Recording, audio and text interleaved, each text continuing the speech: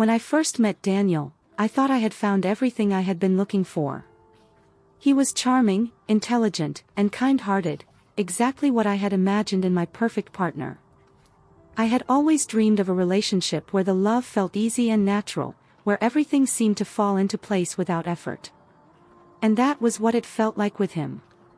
From the very first date, he made me feel seen, heard, and understood. His laughter was infectious, and his eyes sparkled with sincerity when he spoke about his passions, his work, and his dreams. It wasn't just that he was good-looking, though he certainly was, with those deep brown eyes and that easy smile that seemed to disarm anyone who spoke to him.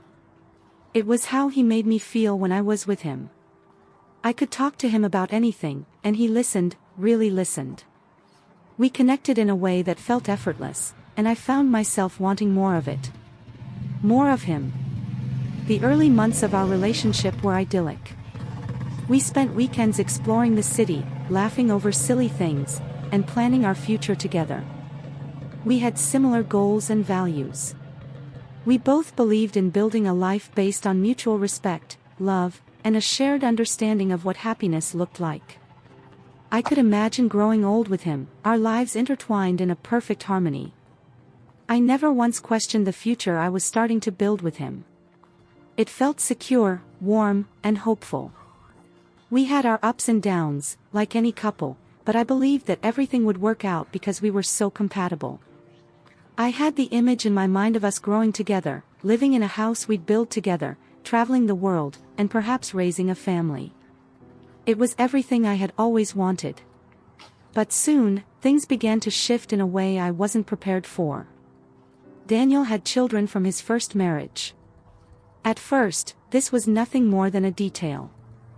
I'd heard him mention them casually, always speaking fondly of his son, Alex, who was 4 years old, and his daughter, Emily, who was 6. He didn't often talk about his ex-wife, except to mention that they had amicably divorced after realizing they were better as friends than as partners. It all seemed so civil, so easy to accept. He never pushed the subject, and I never felt uncomfortable about it. He had children, and that was just a part of his life that I was willing to understand. We decided, after a few months of dating, to move in together. It felt like the next step, logical, even. He had left his apartment and was living temporarily with a friend after his divorce, and I had a cozy place of my own that I loved. It felt natural to bring him in, to share my life with him fully. After all, I thought, this was the person I was meant to be with, and I wanted him close. There was no financial burden, we weren't dealing with mortgages or loans, so there wasn't anything that would complicate our living situation. It felt like a seamless transition. But as we settled in together, things started to feel a little less comfortable than I had imagined. Daniel didn't talk much about his children at first, and I assumed that they were simply with their mother most of the time, given the distance and the circumstances of their family dynamic. But then, gradually, he started bringing them around. At first, I didn't think much of it. The kids visited, they played in the living room, and I was okay with it. I didn't want to be someone who resented a part of his life.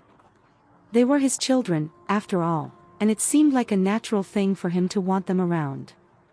But the more I tried to adjust, the more I started to realize how different my life was with them in the picture.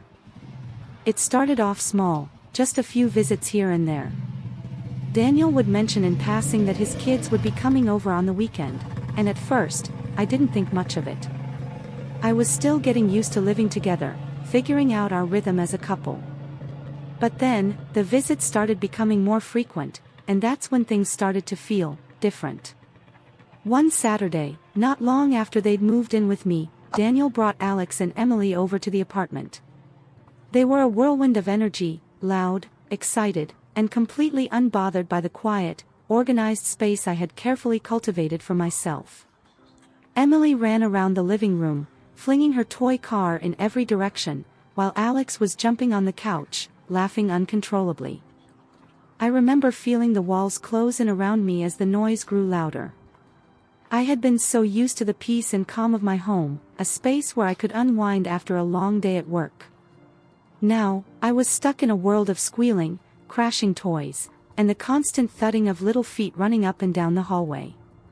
At first, I smiled through it, telling myself it was just an adjustment period. They were kids, after all. They were meant to be loud and energetic.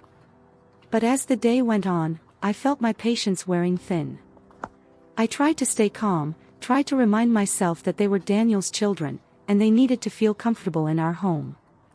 But when Emily spilled juice all over the kitchen floor and Alex broke one of my favorite vases by running into it, I found it harder to hide my frustration. Daniel was understanding, of course, and reassured me that he'd clean up the mess and try to keep them in check. But the damage had been done.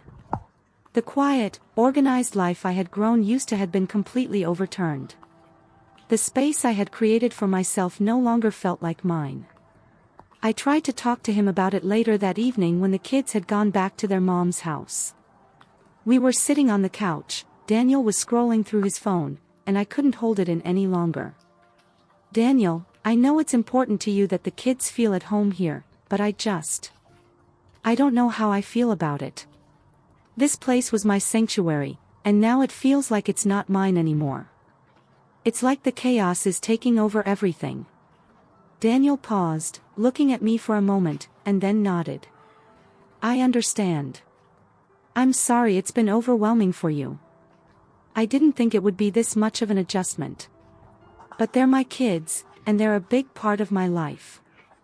I just want to spend more time with them in a family setting. Parks and playrooms aren't the same as being at home." His words hit me harder than I expected. Of course, I understood that his children were important to him, and I knew he wanted to create a home-like environment for them, but his insistence that this needed to be their home environment started to feel like it was infringing on my space, on my life. It felt like his children were becoming more than just a part of his life, they were slowly becoming a part of mine, in ways that I wasn't ready for. "I get it, I do," I replied carefully. "But I didn't sign up for this level of chaos.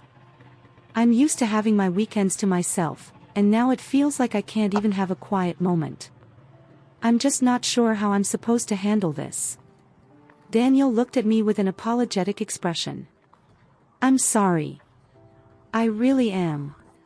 But they're my kids, and I can't just pretend like they're not a part of my life. You knew I had children when we started this. It's just something I need you to understand. I don't want to feel like I'm hiding them away or keeping them from you. This is my reality." And that's when I realized, his reality was now becoming my reality too, whether I was ready for it or not. As weeks went by, I tried to hold on to the initial excitement I'd felt about living together with Daniel. I told myself that the kids were just a temporary challenge, that once they got used to the idea of visiting more regularly, things would calm down. But instead, the chaos continued. And with each passing weekend, it became more and more difficult to ignore the strain it was putting on me. I wasn't a person who thrived in chaos. I needed peace and quiet to recharge, to find balance. And every time Alex and Emily came over, that peace seemed to slip through my fingers like sand. The noise was unbearable. The mess was overwhelming.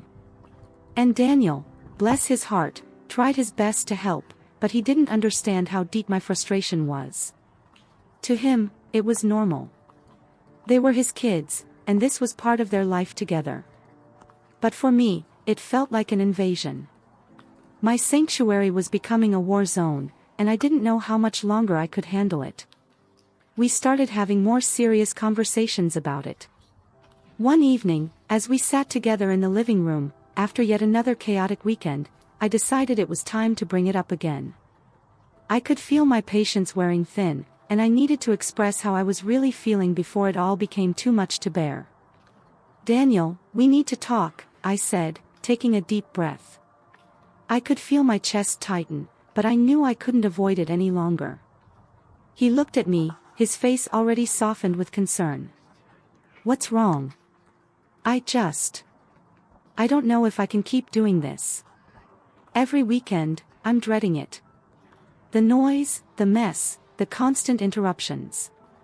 I'm starting to feel like I'm losing myself here." This used to be my home, my space. Now it feels like I'm just living in someone else's house. Daniel's expression faltered, and for a moment, I thought he might say something to reassure me. But instead, he just looked down at the floor. I get it. I really do. But they're my kids, Sarah. I can't just shut them out. I need to be there for them. And you knew from the start that they were a part of my life. I thought we could make this work, together. I nodded, trying to hold back the frustration that was bubbling up inside me. I know you've said that, and I've tried to understand. I've tried to be patient. But it's hard, Daniel. I never signed up for this level of disruption. You're asking me to love your kids, to embrace them as part of my life, but I'm struggling. I don't want to feel like a stranger in my own home. There was a long pause. Daniel didn't say anything immediately. Instead, he leaned back in his chair, rubbing the back of his neck. I could see the conflict in his eyes. He didn't want to choose between me and his children, but I could tell that's exactly what he was being asked to do. He loved them. He wanted them to feel safe and loved. But I wasn't sure I could continue in a relationship that required me to put aside my own needs for the sake of his past. I didn't think it would be like this, he finally said, his voice quieter. But they're my responsibility. They need me, and they need stability. I want to give that to them, and to you. I don't want to make you feel like this is something you have to accept. But at the same time, I can't turn my back on them. You have to understand that. I felt a pang of guilt. Of course, I understood that he couldn't abandon his children. They were his flesh and blood, and no one should ever ask him to do that. But as much as I understood, it didn't change how I was feeling. I didn't want to feel like an outsider in my own life, in my own relationship. I get that, Daniel, I said, my voice softening. But I also need to think about myself. About what makes me happy. And I'm not sure this is it. I feel like I'm just playing along because I don't want to hurt you, but I'm losing myself in the process. His face hardened, and I could see the pain in his eyes. He was torn, and I knew that this conversation wasn't easy for him either. But it wasn't just about him anymore. It was about both of us, and our ability to make this relationship work. I don't want to lose you, he said quietly, his voice cracking slightly. But I can't just walk away from my kids either. They need me, Sarah. I thought we could build a life together, but it feels like we're drifting apart. I sat there, staring at him, my heart aching. I loved him, but the more I thought about it, the more I realized that the life he was offering wasn't the one I had imagined for myself. I had always envisioned peace, stability, a quiet home. And what I was getting was chaos, disruption, and constant reminders of his past that I couldn't escape from. The thought of spending the rest of my life in this kind of environment, with no room to breathe or find my own peace, was suffocating. I had tried, for his sake, to be patient, to be understanding. But I couldn't ignore my own needs any longer. I think we need some time apart, I said softly, almost as if the words were not my own. But they were. And in that moment, I knew it was the only choice left. I can't keep doing this. I don't think I can be with someone whose past is so present in our future. Daniel didn't say anything at first. He just stared at me, his eyes full of confusion, disbelief, and pain. Sarah. Are you serious? I nodded, my heart breaking with every word. I'm sorry, Daniel. I really am. But I can't keep pretending this is working when I'm not happy. I need to find my own peace. And just like that, the relationship I had thought was perfect unraveled in front of us. The future we had talked about, the life we had planned, seemed impossible now. It was painful, more painful than I had imagined. But deep down, I knew I had made the right decision. As much as I loved him, I couldn't continue sacrificing my own happiness for a relationship that didn't allow me to be fully myself. The days that followed the conversation were filled with a suffocating silence. Daniel and I barely spoke to each other. He tried, of course, he always did, trying to bridge the distance between us with more words, more promises, more apologies. But I could see it in his eyes, he was struggling with the reality of what I had said. His mind seemed caught between wanting to hold on to me and the unshakable pull of his responsibilities to his children. I couldn't blame him for that, but it didn't change the fact that I was drowning in this constant push and pull. He tried harder to make it work. He would offer to take the kids to the park or the zoo, trying to keep them out of the apartment, trying to give me the peace I desperately craved. But the damage had already been done. The mess, the chaos, the noise, it had become a permanent part of our lives, even when the children weren't physically present. The phone calls from his ex-wife, checking in on the kids, asking about their well-being, asking him to drop off groceries or help with school projects. It felt like I couldn't escape her, like her presence was always lingering in the background, even when she wasn't around. One evening, when he returned after another weekend visit to the park with the kids, he looked at me, his face heavy with exhaustion. "We need to talk," he said, his voice strained. I nodded, feeling my stomach tighten. I had a feeling I knew where this was going. We sat down on the couch, a space that had once felt like our shared haven, but now seemed to separate us further. The weight of the conversation hung in the air. "I've been thinking about what you said," Daniel began, his voice low and hesitant. "I understand where you're coming from. I know that I've been asking a lot of you, and I'm sorry for that. But I can't keep pretending that this is easy. I can't pretend that it's fair to you. You don't deserve to feel like an outsider in your own home. I never wanted to make you feel that way." I looked at him, my heart breaking as I saw how much he was struggling with this. I could see the conflict written all over his face.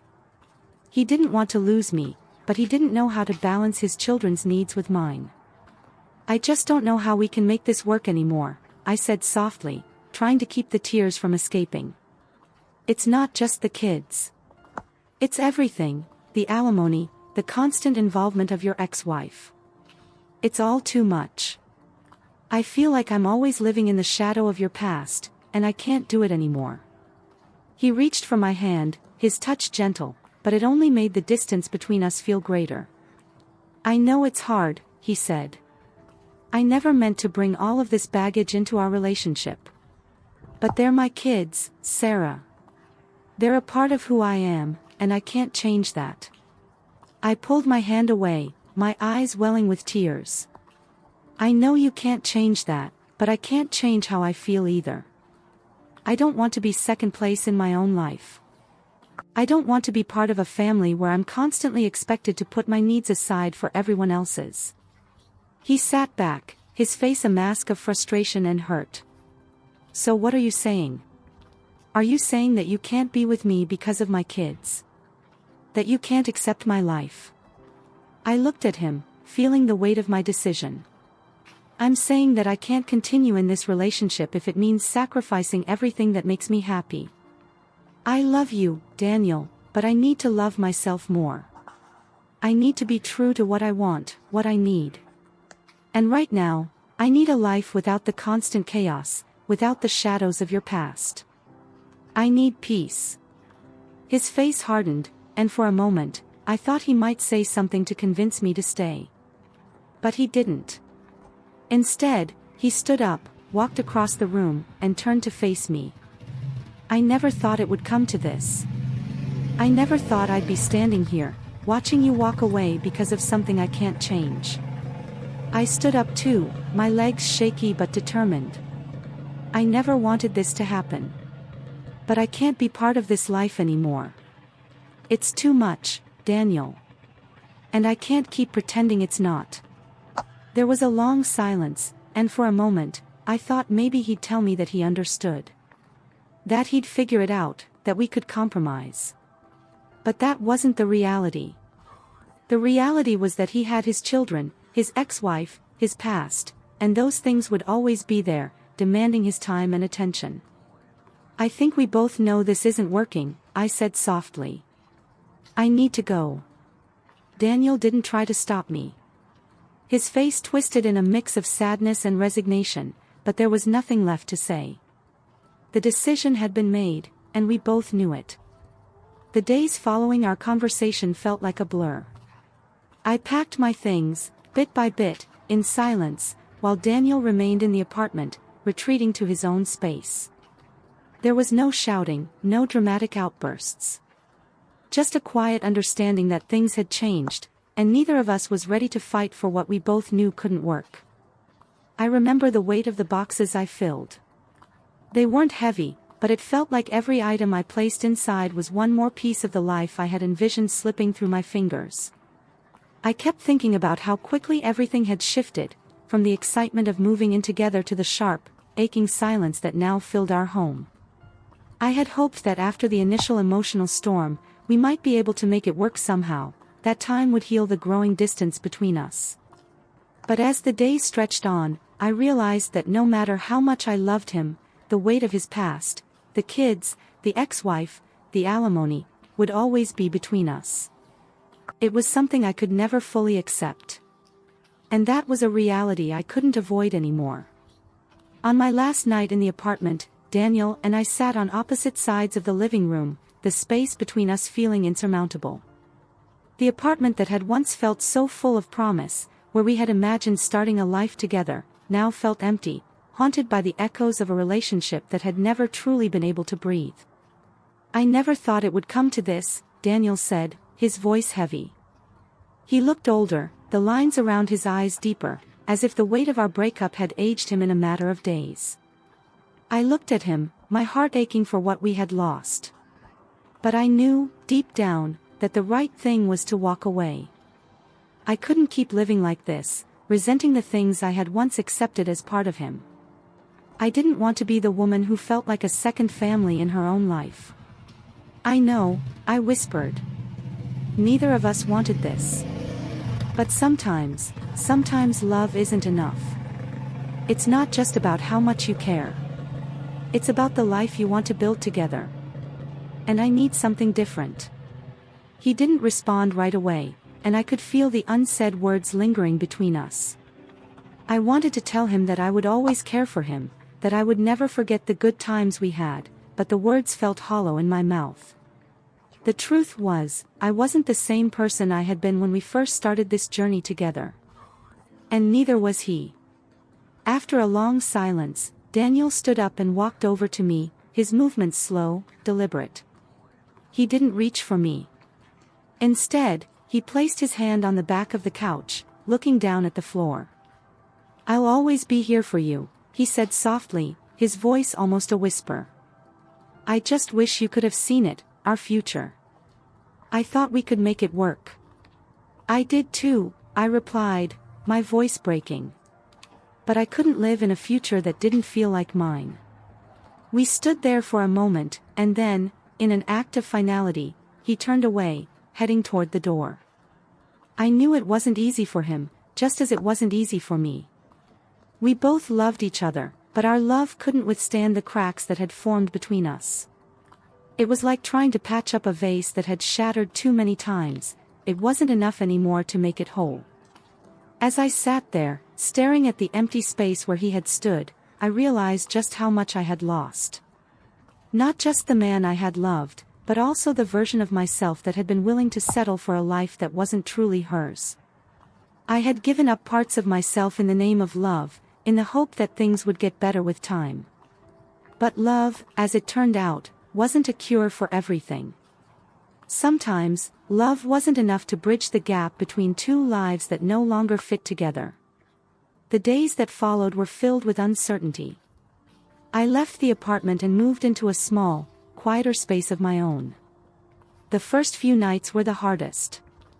I had never truly lived alone as an adult, and the quietness of my new place felt alien at first. I missed the laughter, the conversation, the warmth of having someone there. But slowly, the loneliness began to feel less like a burden and more like a freedom I hadn't known I needed. I began to reconnect with myself, rediscovering what it was that I wanted out of life. I spent time with friends, went out on my own, and slowly rebuilt my world. I learned to cherish the quiet, to embrace the peace that came from making decisions for myself without feeling the weight of someone else's past hanging over me. There were moments when I thought about Daniel, when I wondered if I had made the right choice. But then I reminded myself that this decision was never about him. It was about me and what I needed to feel whole. I couldn't let his past define my future. I couldn't let the presence of his children and ex-wife dictate the course of my life. Would I regret it? Maybe. The thought lingered in the back of my mind, but I knew deep down that I had made the right decision. I had chosen myself, something I had never truly done before. And that made all the difference. I moved forward with caution, not knowing what the future held but determined to live it on my terms. And as I moved further away from the relationship, I realized that I wasn't just walking away from Daniel, I was walking toward my own future. A future where I could breathe again. Wow, this story really hit me on a deep level. I can feel the weight of the decision the wife had to make. It's heartbreaking, but also incredibly empowering. It's so relatable, the struggle of balancing love and the reality of living with someone's past. I felt the tension building throughout the chapters, especially as the wife started to realize that she couldn't keep sacrificing her own peace for the sake of a relationship that was no longer healthy for her. The chaos the children brought into the home, the constant involvement of the ex-wife, and the pressure of alimony, those were the things that really tipped the scale. And as much as the wife loved Daniel, I can understand how she reached her breaking point. She was being asked to live with so many compromises that it started to chip away at her own happiness. The constant noise, the intrusion, the expectations. I totally get how it felt like she was losing herself in the process. And the moment when she finally made the decision to leave, it was painful, yes, but it felt like the only choice left for her. I really admired her for choosing herself, for saying, "I can't live this way anymore." So often, we're told to sacrifice and endure for the sake of love, but this story shows how important it is to stand firm in your own needs and set boundaries for your own happiness. The aftermath of her decision was so raw, too. Moving into a new place, dealing with the loneliness and uncertainty, but ultimately finding a sense of freedom, her journey toward rediscovering herself felt so real. There were no easy answers, but the way she learned to rebuild her life on her terms was inspiring. I really felt for her. It's not easy to walk away from someone you love, especially when there's so much history, but sometimes love isn't enough if it doesn't allow both people to live authentically. I think this story is a great reminder that sometimes we have to make the tough choice for ourselves, even if it's hard. Ultimately, it's about finding the balance between love and self-love.